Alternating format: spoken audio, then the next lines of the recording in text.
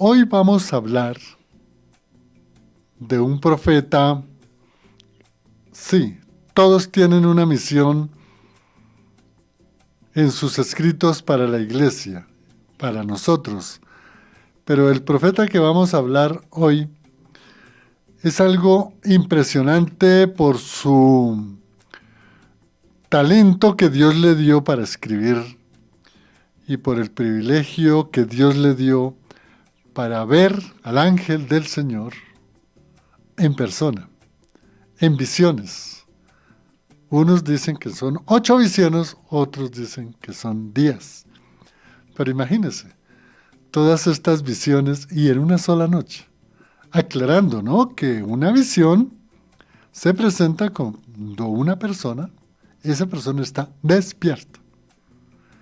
Y ya había avanzado en algunas visiones y le cogió el sueño y el Señor lo volvió a despertar para que siguiera escuchando las visiones. Es una de las características esenciales del profeta Zacarías. El profeta Zacarías.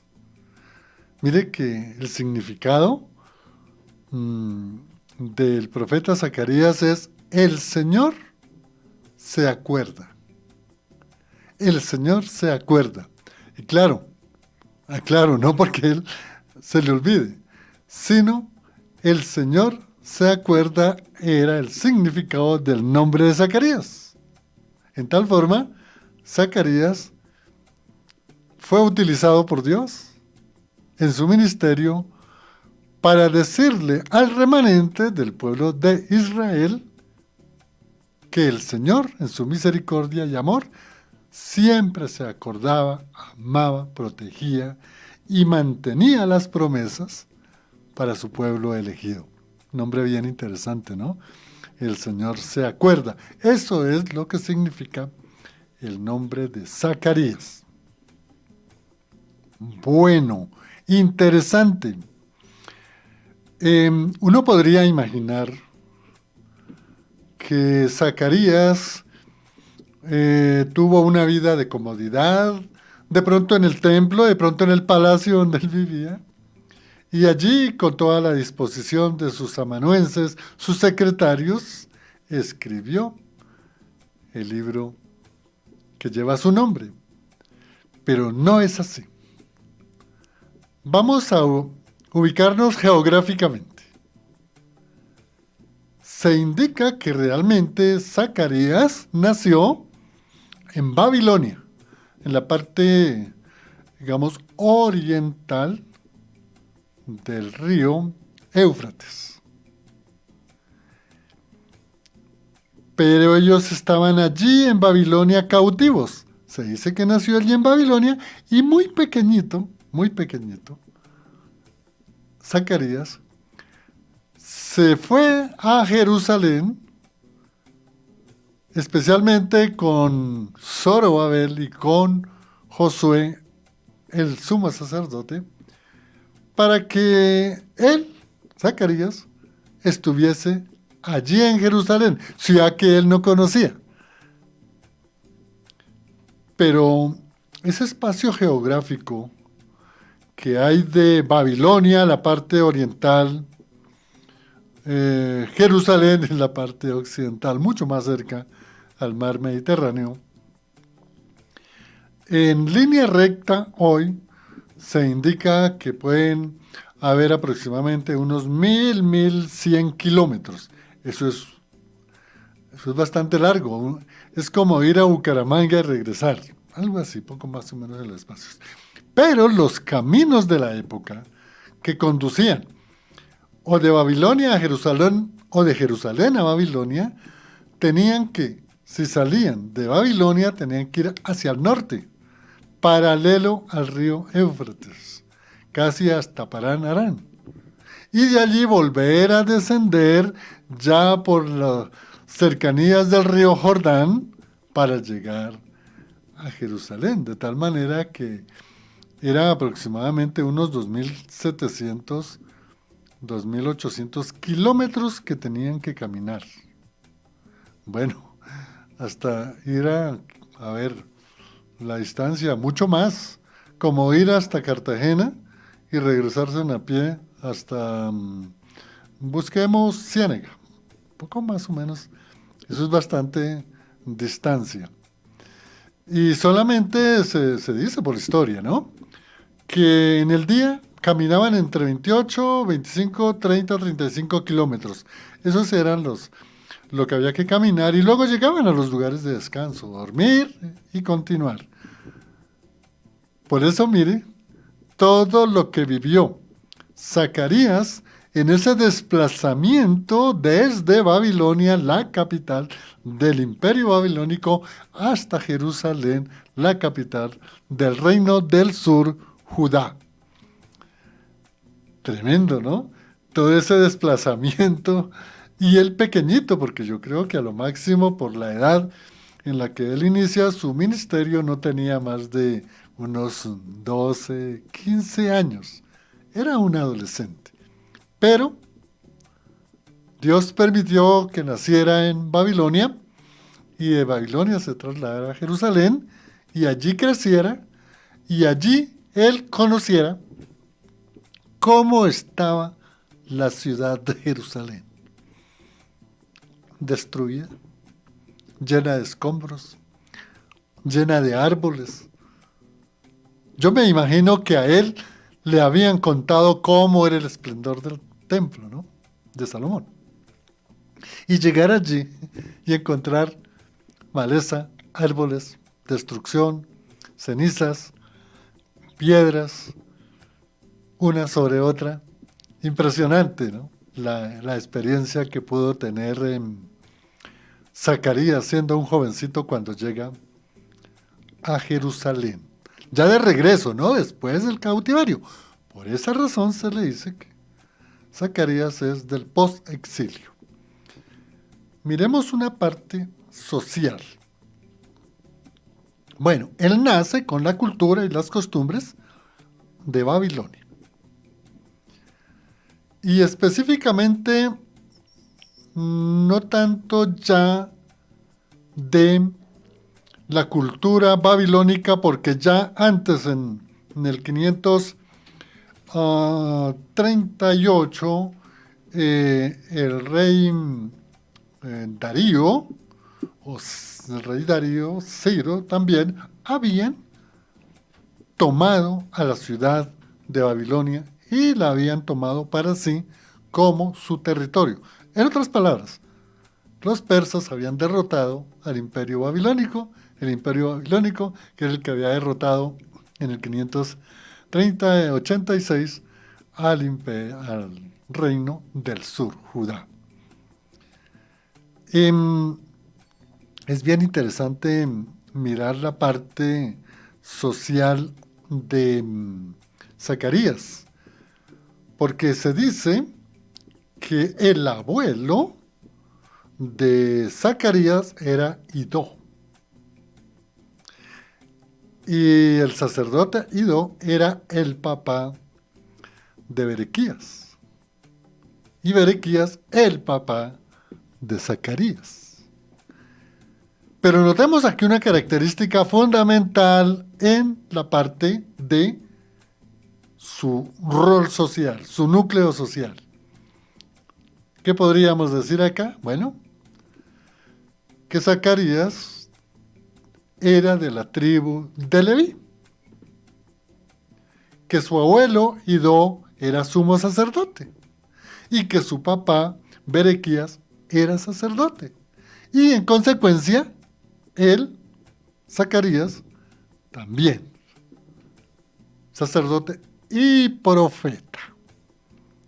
Tremendo, ¿no? Entonces, aquí es donde vemos que Zacarías realmente nació en ese remanente que estaba en Babilonia, remanente protegido de la tribu de Leví, de sumos sacerdotes, el sacerdote y a la vez profeta. Indicamos, digamos, la parte social de lo que puede sentir un muchachito adolescente al llegar a la ciudad de Jerusalén, como indicaba anteriormente, totalmente destruida, lo que le pudo pasar por la mente al ver él en su imaginación lo que le habían contado, cómo era el templo de Jerusalén, cómo era la gran ciudad de Jerusalén, cómo eran las murallas. Y entonces lo que él, Zacarías, siente en su corazón es un profundo dolor, pero a la vez una profunda fe en el Dios creador y un ánimo que lo llenó de esperanza para decirle a Zorobabel, a Esdras, a Josué, a todo el remanente que había regresado a Jerusalén, de que había que reconstruir el templo. Nosotros sabemos, sí, el templo lo reconstruyó Zorobabel, y bueno, el rey Josué, el sacerdote Josué, y allí estaba también anteriormente Esdras, pero él no fue, es decir, Zacarías, entrarse en la tristeza, en el pasado, en el dolor, de pronto saber que él tenía muchos familiares y que habían muerto en la toma de Jerusalén con Nabucodonosor II en el año 586. Él no se puso a pensar eso, sino manos a la obra, oración, remover escombros, conseguir los arquitectos, los albañiles, las herramientas y a reconstruir el templo, que no fue fácil. 20 años duró la reconstrucción del templo de Salomón. Ahora, miremos la parte de la historia.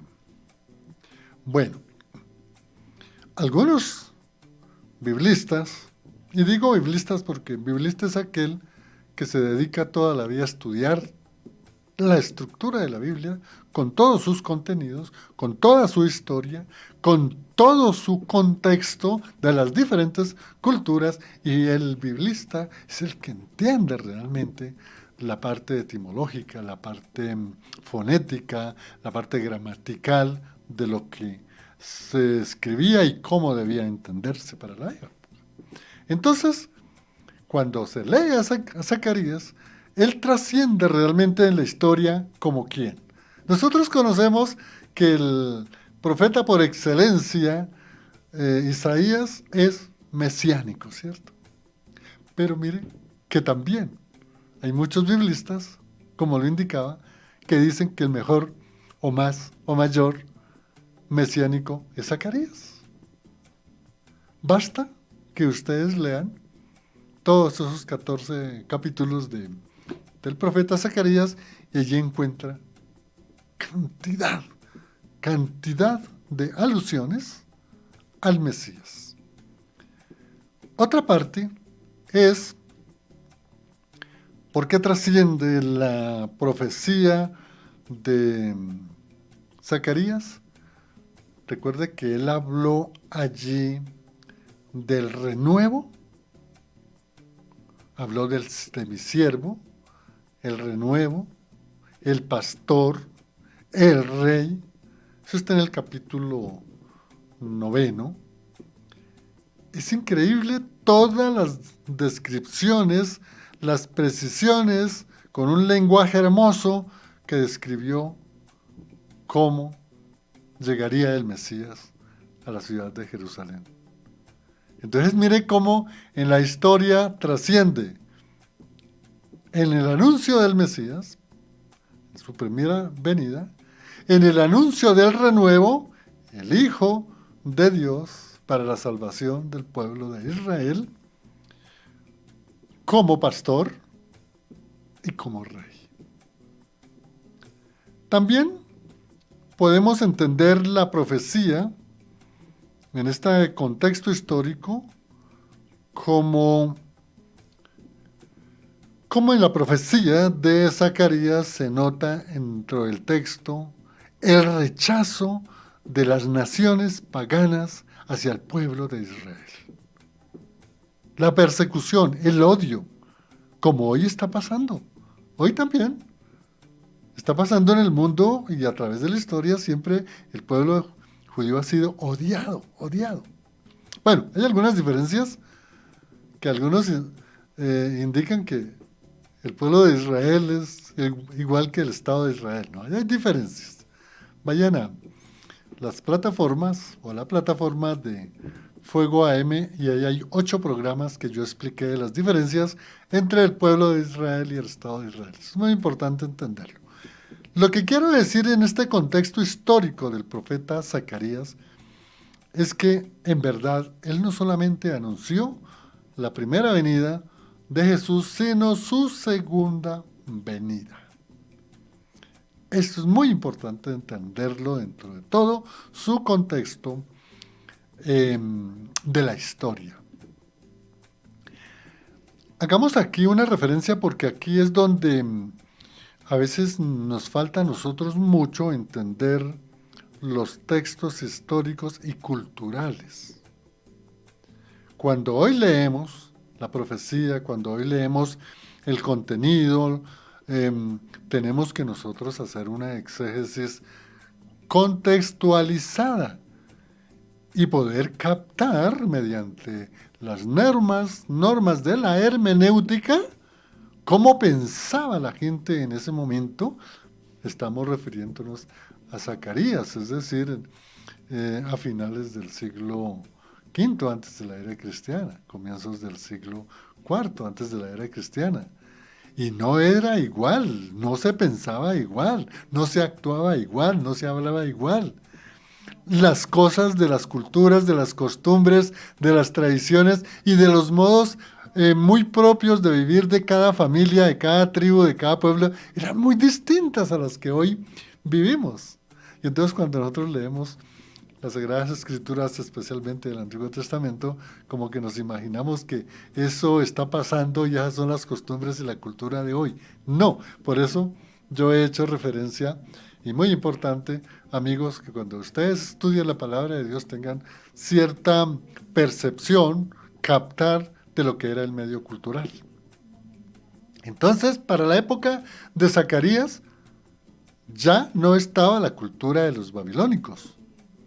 Ya había otra cultura distinta que era la de los medos y otra cultura distinta de los persas. Los medos y los persas pensaban distinto a lo que pensaban los asirios, que fueron los que se tomaron a Babilonia, y luego Babilonia se tomó al pueblo de Israel. Entonces los aspectos culturales eran muy distintos.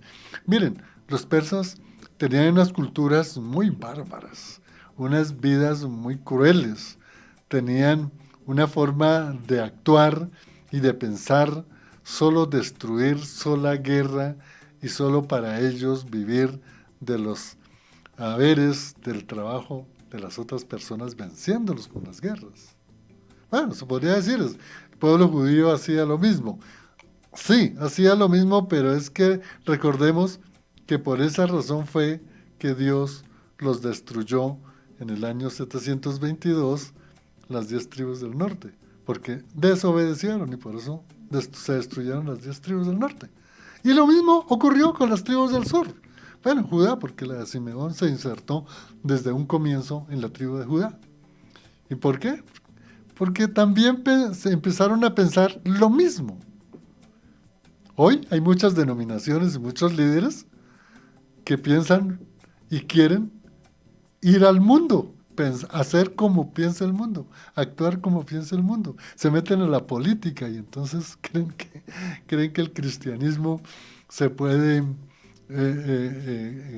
compatibilizar estos dos aspectos que son totalmente distintos. Pero bueno, dejémoslos que piensen así. Nosotros tenemos que orar, es por ellos, para que piensen más bien, que nosotros como creyentes del Evangelio debemos entender la palabra de Dios y leer todas estas culturas que han pasado a través de la historia para que nosotros podamos entender que hoy vivimos otra cultura muy distinta. Y hoy en Colombia vivimos en una democracia donde hay muchas religiones y dentro de esas está el cristianismo. Y nosotros como creyentes del Evangelio tenemos solo una norma, la Biblia. Nada más. la Biblia, que es la palabra de Dios, y eso es lo que tenemos que enseñar. Bueno, si Dios nos ha dado una profesión distinta a la predicación, pues enseñamos entonces ese conocimiento humano que Dios nos ha dado. De tal manera que esto, poco más o menos, es lo que le tocó vivir a Zacarías. Es muy importante entender algunos aspectos personales de Zacarías. Bueno, aquí se fusionan con las características de su ministerio, de su profecía. Pero miremos a ver qué encontramos por acá, algunas cosas de Zacarías. Bueno, vimos que en su aspecto de núcleo familiar venía de la casta sacerdotal. Sumo sacerdote, su papá y su abuelo fueron sumos sacerdotes. Bueno, Dios le dio un don que fue de en una sola noche, óigase bien, tener 8 visiones. Hay algunos biblistas que dicen que son 10. Imagínense, en una sola noche, en pocas horas, Dios, por medio del ángel del Señor o del ángel de Jehová, se le presentó despierto. Es decir, como Moisés vio al Señor cara a cara, pues Zacarías también lo vio. Qué buena esa característica para tener en cuenta de Zacarías. Bueno, toda su profecía fue, como lo dijimos anteriormente, en su parte social, relacionada con la restauración del pueblo de Israel, el remanente ya allá en Jerusalén. Otras características. Tenemos que nosotros entender que el libro de Zacarías es eminentemente, en primer lugar, de una poesía con un hebreo distinto, mucho con más gramática, con más fonética, con más semántica que el hebreo en la que Moisés escribió el Pentateuco. Este ya es un hebreo mucho más hermoso. Entonces, es muy poético la escritura de el libro de Zacarías. Pero ahí no se queda, es de bastante simbolismo. Cantidad de simbolismo. Por ejemplo, el del cordel, por colocar un ejemplo. Allí uno puede decir el cordel, pero ¿qué? No, allí está representando cómo se debía en la ciudad construir o reconstruir el nuevo templo, midiendo los arquitectos, los ingenieros, los carpinteros, los ebanistas. Allí estaban utilizando. O el del rollo volando. El del rollo volando, ¿no? Que es prácticamente un rollo bastante largo, 9 metros, si no estoy mal, y como 4.5 metros de ancho, volando, una visión tremenda. Pero allí indicaba realmente lo que era el pecado, en primer lugar, de todas las naciones paganas, y el pecado en la que había incurrido también su pueblo. Esos ejemplos para entender lo que es un simbolismo, lo que es la parte, digamos, de las características simbólicas. Y ahí hay otro, la parte apocalíptica. Y miremos que es algo apocalíptico del final de los últimos tiempos y también la parte escatológica. Aquí hay una cantidad de eventos que se van a cumplir en los últimos tiempos. Uno, ¿cuál? Pues la segunda venida del Mesías. Y qué bueno poder entender el perfil de estos grandes personajes bíblicos. Miren, los grandes académicos, los grandes estudiosos, cuando uno escucha una conferencia, sea en la rama que sea, puede ser en la economía, en la política, en la astronomía, en el derecho, en la música, esas personas que uno los escucha y fluye y sacan por acá ideas y exponen y contextualizan, es porque conocen muy bien el pensamiento de cada autor o de cada área, pero es partir de conocer a esa persona. Para los filósofos, por ejemplo, el que se encasilla en el pensamiento racionalista, pues yo creo que él goza escuchando toda la obra de René Descartes, el padre del racionalismo.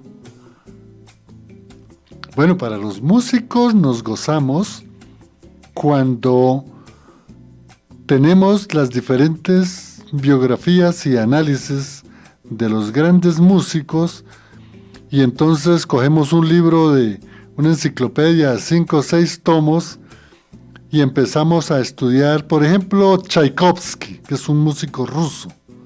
Él hizo unas obras musicales que no han sido superadas, que es la música para ballet. Y hay una obra que se llama El lago de los cisnes.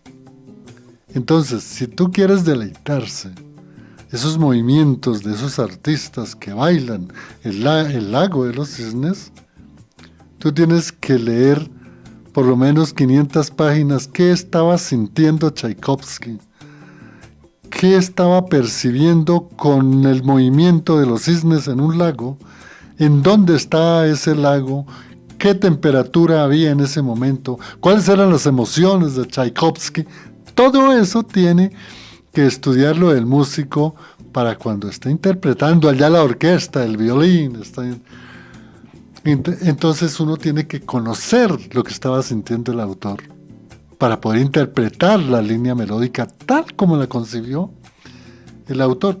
De esa manera debemos nosotros estudiar la biografía de cada personaje bíblico, pero esos son perfiles de personajes bíblicos, porque nosotros conocemos cuál fue la situación que le tocó vivir. Toda la parte difícil, cultural, histórica, social, la parte de lo que es la emotividad. Y entonces así uno por eso entiende, por eso a veces yo me gozo cuando hablo de estos personajes porque como que uno siente lo que ellos sintieron. Y hablando anteriormente, en la última parte de las características de Zacarías, sus características personales, él era un hombre de una sensibilidad hacia las cosas de Dios, pero tremendas, que para él no le interesaba lo que pasaba en el mundo. A él no le interesaban los reinados de la época, las grandes tecnologías de la época, ni le interesaba cómo los grandes imperios como los egipcios o los hititas al norte, o ya en ese momento estaban empezando a surgir las culturas de los griegos, incluso de los romanos, no le importaba eso.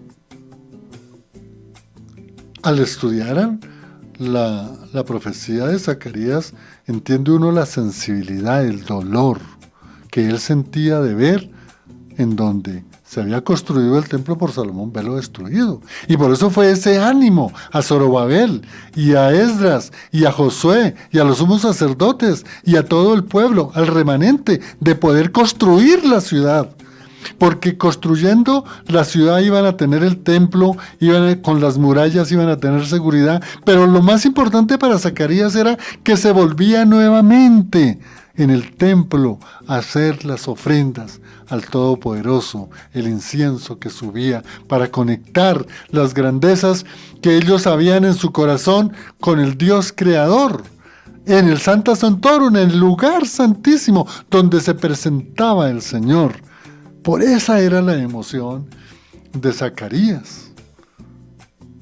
Y tanto así, amigo oyente, que él siempre estaba del patio de los gentiles, llamado así, en la época de Jesús, al lugar santo y de ahí al lugar santísimo, porque eran las partes del templo. Y ustedes saben cómo fue la muerte de Zacarías. Era un hombre entregado a las cosas de Dios, a la oración, al estudio de la palabra, a darle la gloria a Dios, a volver nuevamente, como cuando se inauguró el templo por Salomón, para darle las ofrendas y la gloria y la gracia a Dios. Y él era muy radical, él no compartía con el pecado, él no era con un pie en el mundo y con otro pie en el lugar del templo, no, él estaba entregado, en verdad, a volver nuevamente, a darle la gloria a Dios por medio de todas las ceremonias que había recibido Moisés y que están registradas en el libro de Levítico. Esa era la vida. ¿Y sabe qué le pasó? Por eso no lo querían. No lo querían. ¿Cómo terminó? Zacarías, entre el lugar santo y el lugar santísimo, donde él iba a contemplar la gloria de Dios, la presencia de Dios, lo asesinaron a espada. Ahí murió. Cerca al Santa Santorum, en el lugar santísimo, ahí murió Zacarías. ¿Por qué no lo quería? ¿Por qué? Porque él estaba apasionado, era un hombre fiel, era un hombre que se entregaba a proclamar nuevamente la enseñanza de la ley. En esa época, la Torá, lo que hoy nosotros hacemos, enseñar el Evangelio de Cristo. Tremendo. Vamos a mirar aquí otras cosas de Zacarías. Vamos a mirar. Ya vimos su parte cultural, social, histórica, su parte geográfica. Ya miramos sus características de él, su situación personal en su ministerio. Miremos un poquito la parte teológica. Es decir, ¿qué es lo que nosotros extractamos fundamentalmente de la profecía de Zacarías? Esto hay que tenerlo en cuenta, porque si no, estudiar un libro, un versículo, si no entendemos esto, pues es muy difícil a veces. Miren,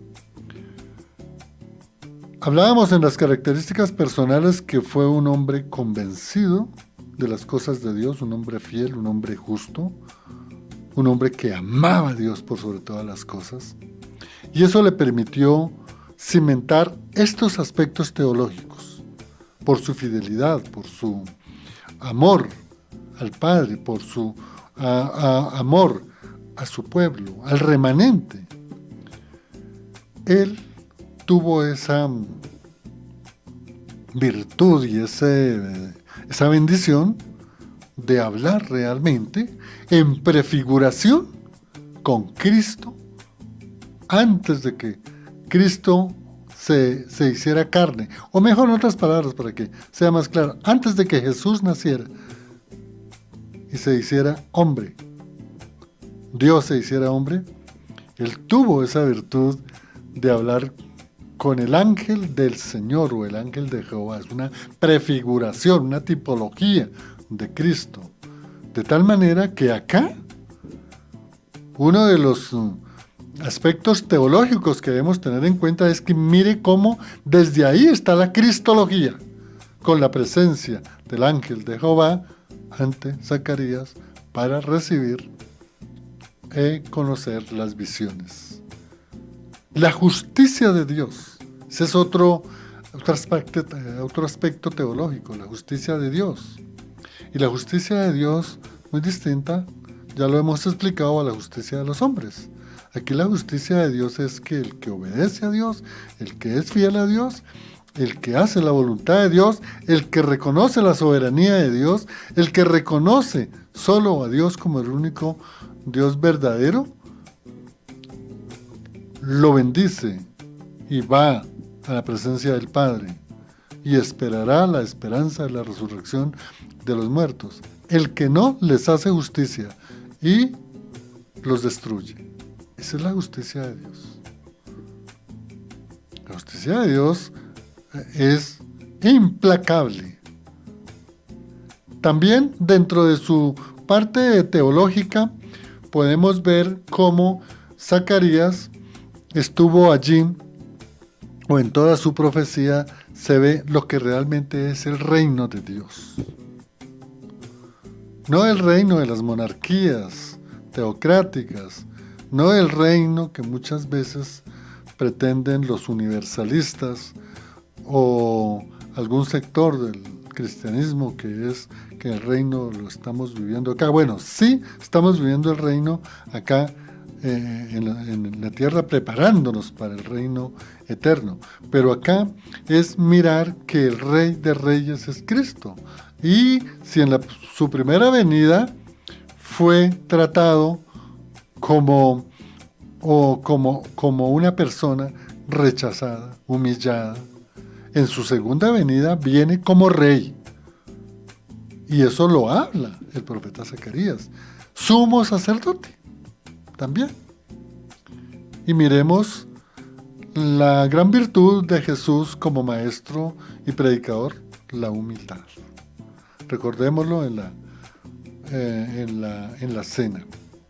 En la cena donde él toma la toalla y toma la palangana o el recipiente para lavarle los pies a Jesús y enseñarlos la humildad que nosotros debemos tener. Es un aspecto fundamental que hoy nos hace falta mucho. A muchos nos falta la humildad. Miremos la parte del buen pastor. Acá, Zacarías conocía muy bien el Salmo 23. Y el buen pastor es el que da la vida por sus ovejas. Es el pastor que a medianoche lo llama a una ovejita que está en una situación difícil, ya no lo piensa. Lo orienta, le da ánimo, y si tiene que ir al lugar, va y lo venda y lo apacenta. Ese es el pastor. Ese es el pastor. Ese es el pastor encarnado en Jesús. Vemos también como algo importante, digamos, en la teología de Zacarías, es, en primer lugar, la cristología. El estudio de Cristo o la manifestación del ángel de Jehová. En segundo lugar, la armateología, la doctrina del pecado, el arrepentimiento. Y de otra parte, también las doctrinas de la salvación. Entonces, miren que todo estos pensamientos se encuentra en Zacarías. De tal manera que cuando usted estudie el libro de Zacarías, tenga mucho cuidado, ya lo dije pero quiero reiterarlo, 4 aspectos para poder entender a Zacarías, porque de acuerdo a los biblistas se dice que es el libro más difícil de la Biblia de poderlo entender. ¿Cómo entender teológicamente y cristológicamente la visión de Zacarías de la mujer del Efa, ¿no? La mujer que es introducida en un recipiente grande, un cajón, y tapan ese cajón con una tapa muy fuerte, en bronce, pesada, que no saliera, y cómo entender que 2 mujeres se llevan esa caja volando, ¿no? Entonces, esos textos no son fáciles de entenderlos, de interpretarlos. Hay que entender todo el contexto de las Sagradas Escrituras, de lo que dijimos anteriormente. Entender de que ese libro de Zacarías, el libro profético de Zacarías, está escrito en un lenguaje alegórico, tipológico, representativo. Entonces tenemos que nosotros saber qué significa el número 7, qué significa el número 4, qué significa la parte del aceite, qué significa el candelabro o la menorá, qué significa la plomada, qué significa el cordel, qué significan los carpinteros, los 4 carros. Todo eso hay que entenderlo para poder entender a Zacarías. Ahora, recordemos que es una literatura simbólica. Todo es por símbolos, es representativo. Hoy la lingüística estudia mucho esa parte de los símbolos, ¿no? La parte de la lingüística, y hay otra ciencia que es muy importante, la parte de la semiología. La lingüística, la semiología, la fonética y la sintaxis son muy importantes entenderlas para poder entender Pues el libro de Zacarías y toda la escritura. Estábamos mirando estos aspectos fundamentales, como es el caso de la apocalíptica, ¿no? Es una literatura apocalíptica, son géneros. Entonces la apocalipsis es la revelación. Entonces todos esos 8 o 10 visiones que tuvo Zacarías, Dios o el ángel de Jehová, el ángel del Señor, le reveló a Zacarías por medio de figuras apocalípticas para que se revele, hoy se estudie el significado de toda la profecía de Zacarías. Muy importante la apocalíptica. Y la otra es la parte de la escatología, porque allí en Zacarías está profetizado muchos eventos que ya se han realizado, pero existen muchos eventos que no se han cumplido. Esa es la parte de la literatura apocalíptica, no sino escatológica. Entonces, miren la parte poética, miren la parte simbólica, miren la parte apocalíptica y la parte escatológica. Y así entiende uno todo lo que realmente dice el profeta Zacarías. Acá hay oyentes que nos están preguntando por Marcelita. Bueno, acá Marina, Zuli también ahí. Marcelita está cumpliendo una misión de administración de justicia en una ciudad muy hermosa de Colombia. Y yo soy el primero que siempre siento un gran vacío cuando Marcelita no me acompaña a estas exposiciones. Pero que Dios la bendiga, el Señor la guarde, que siempre sea allí luz donde la tiene ahorita en el momento, en su conferencia, que sea luz para esa bella ciudad donde ella se encuentra. Muchos amigos también en WhatsApp nos han dejado sus mensajes, de igual manera en YouTube.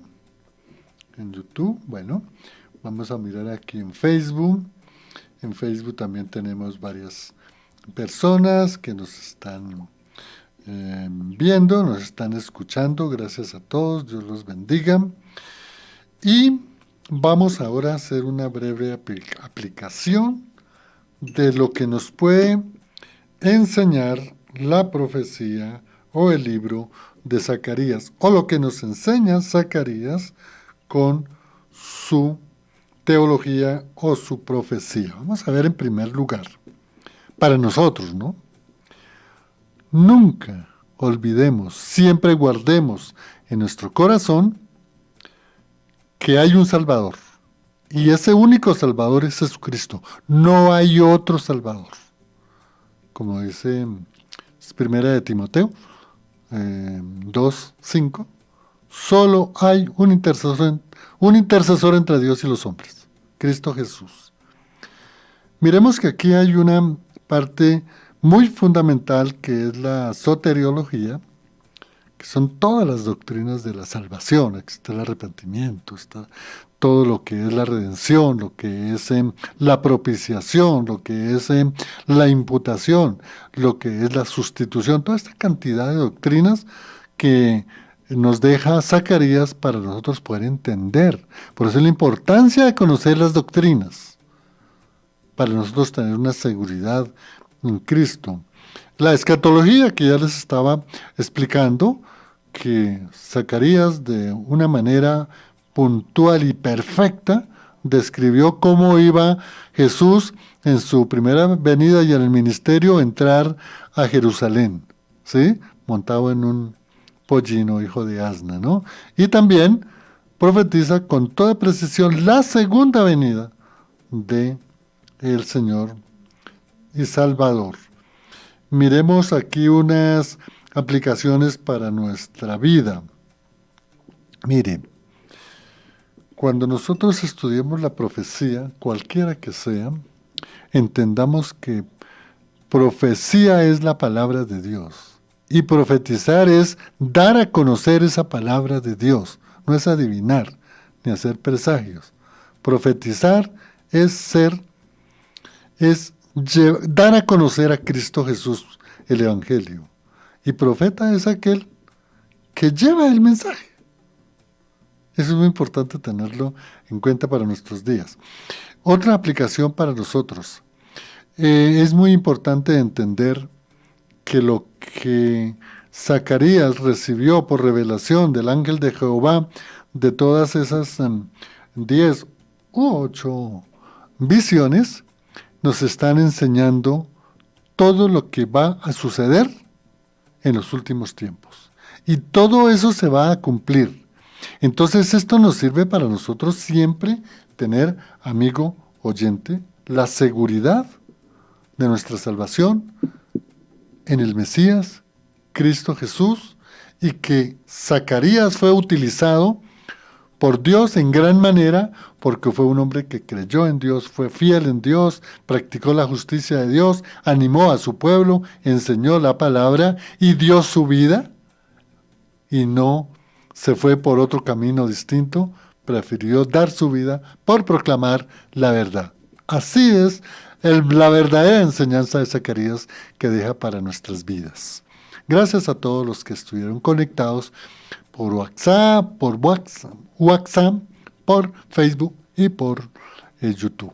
Bendiciones para todos. Gracias a Lorena en el Control Master. Les habló en el Impulso Juan de Jesús Sánchez Aponte. Bendiciones. Hasta otra oportunidad.